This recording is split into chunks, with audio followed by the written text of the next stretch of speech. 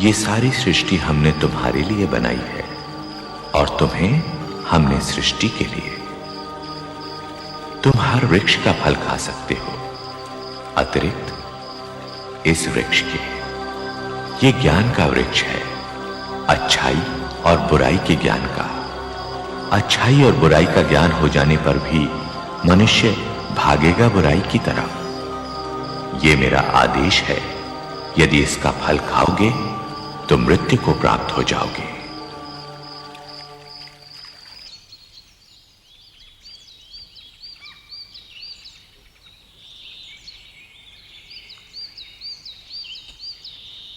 और फिर ईश्वर ने देखा सबके जोड़े थे, पशु, पक्षी, जलचर, वनचर, मगर आदिमानव का कोई जोड़ा न था। आदिमानव अकेला था और शायद इसी कारण उदास था।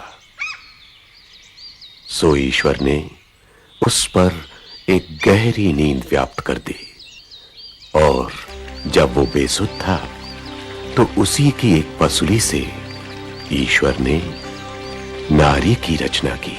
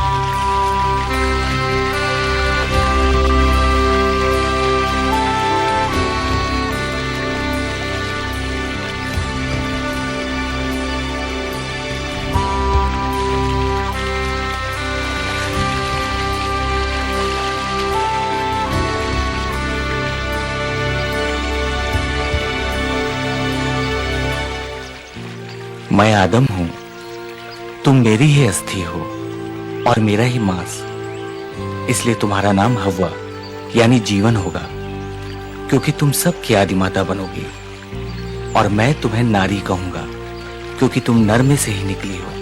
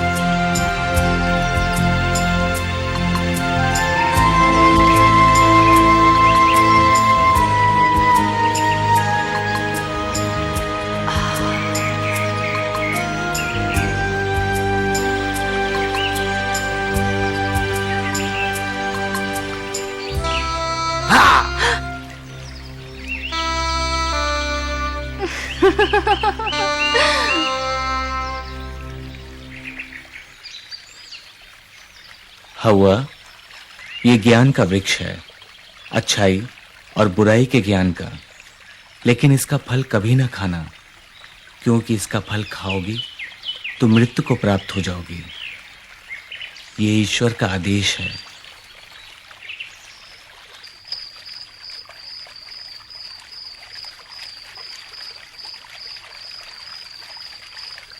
हव्वा,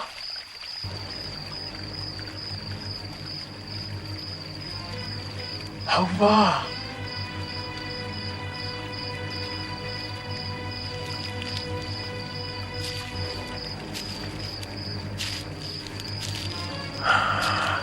तुम क्या किसी भी पेड़ का फल नहीं खा सकती?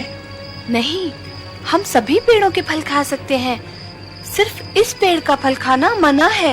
ओह, जानती हो क्यों?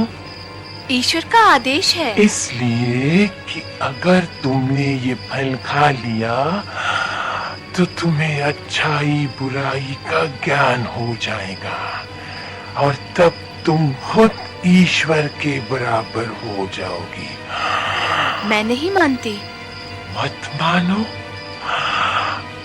खाकर देखोगी तब पता चलेगा।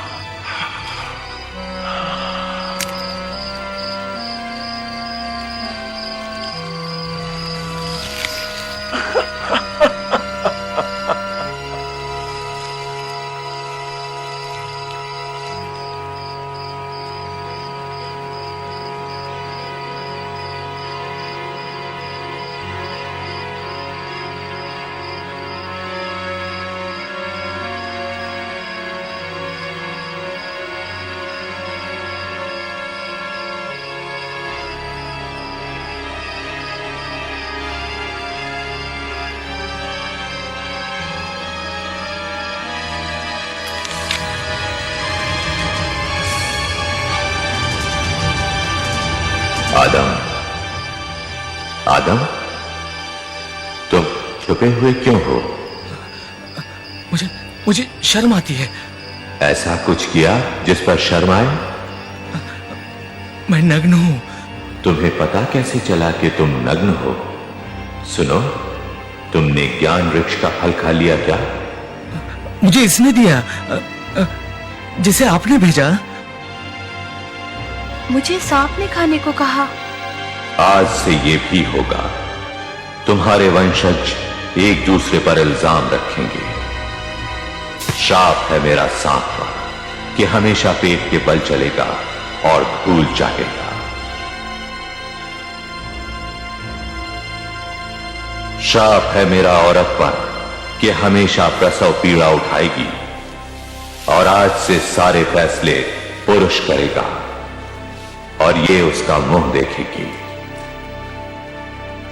श्राप है मेरा तुम पर कि हमेशा मेहनत करोगे, माथे का पसीना बहाओगे तो पेट की आग बुझाओगे। अच्छा होता यदि तुम इस वृक्ष का फल ना खाते, तब तुम अमर हो जाते। लेकिन अब तुम मृत जीवी हो, जियोगे लेकिन मर जाया करोगे। मिट्टी से बने हो, मिट्टी में वापस मिल जाया करोगे।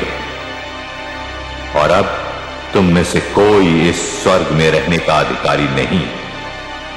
वहां जाओ जहां कांटे हैं, पत्थर हैं और मेहनत। जिंदगी तुम पर बोझ बना दी है मैंने, लेकिन मेरा आशीष भी है कि फूलो, फलो और संतति बढ़ाओ। और मैं साथ रहूंगा तुम्हारे हर अच्छे कर्म में और सजा दूंगा हर बुरे कर्म की। अदन के स्वर से बाहर जाओ और निकलो यहां से जल्दी जल्दी, क्योंकि आग की तलवार तुम्हारे और हमारे बीच में गिरने वाली है।